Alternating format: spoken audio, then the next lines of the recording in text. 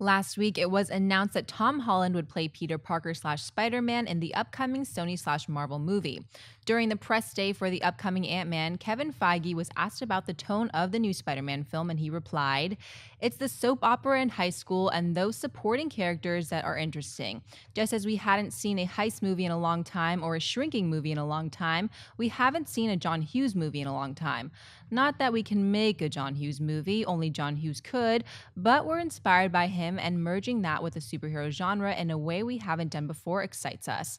Schnepp, what are your thoughts on Feige's comments? Peter Parker's day off. I like it. I like the idea of taking the Spider-Man mythology and having a really fun kind of teenage John Hughes flavored and inspired movie, but with Spider-Man in it, with supervillains, but having a lot of fun with it. I think it's a great idea. And with Marvel's track record and being able to infuse different types of genres into their different types of superhero films, it keeps them fresh and not boring. So I think it's a fantastic idea.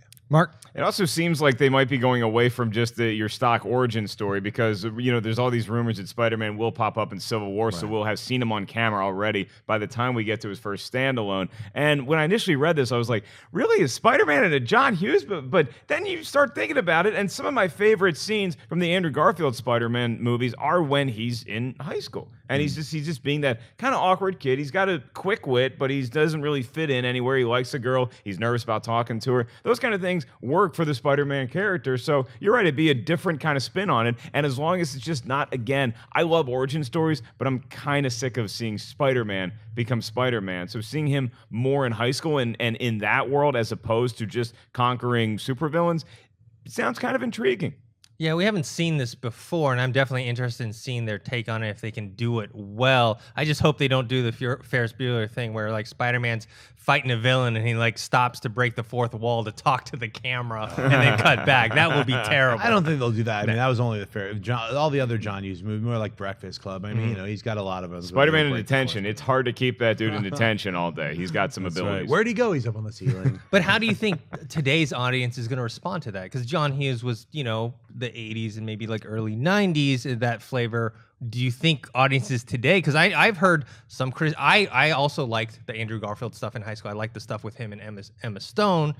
Some people didn't. Some people were very critical about that aspect. They called him emo Spider-Man. They didn't like that aspect. So I'm worried that maybe if they do this, they're not going to like it. I tend to think that John Hughes movies are timeless and that it's just you don't get a lot of good John Hughes feel movies anymore because we don't have John Hughes with us anymore. When you think about a coming of age story, so many of them today, Perks of Being a Wallflower is really good, and there's a lot that I like, but if you think of a modern age one, they usually involve some sort of awful disease or somebody dying, where here, there's something very different about Peter Parker, but you can also just have a normal high school experience and all the ups and downs that come with that. So it'd be an interesting, now obviously I do want to see him be a superhero, and I want that element. I want the comic book feel in here as well, but to add something like a John Hughes feel, I think if they can pull it off, would be a real plus for us as comic book movie fans and for wider audiences who just want a fun movie. Is that a Terror Dog from Ghostbusters? Yeah, the Terror Dog's. You've got a Goonie shirt on. You guys are wearing 80s John Hughes era T-shirts. For whatever reason, I think people will love it. I think people want that. Kids missed out on having their own John Hughes movie, so Spider-Man could be their movie. So I mean, I look at it like that, and I think it would be way better than Andrew Garfield. Horrible, scenes. Those scenes, only people remember those scenes. They like that because the rest of the movie sucked. So it's I'm very interested now that they announced John Watts for the director, that cop car movie. Now, suddenly this movie, I didn't really know about, is suddenly on my forefront of, okay, I need to see this movie, because once I see that movie is how I'm going to judge my excitement level for the new Spider-Man. You imagine being that guy, and it's okay, now I got to direct the most popular superhero movie of all time. Oh, and by the way, if you can throw a little bit of John Hughes magic in there as well, it's a lot on your shoulders. Yeah, man. A lot of high expectations.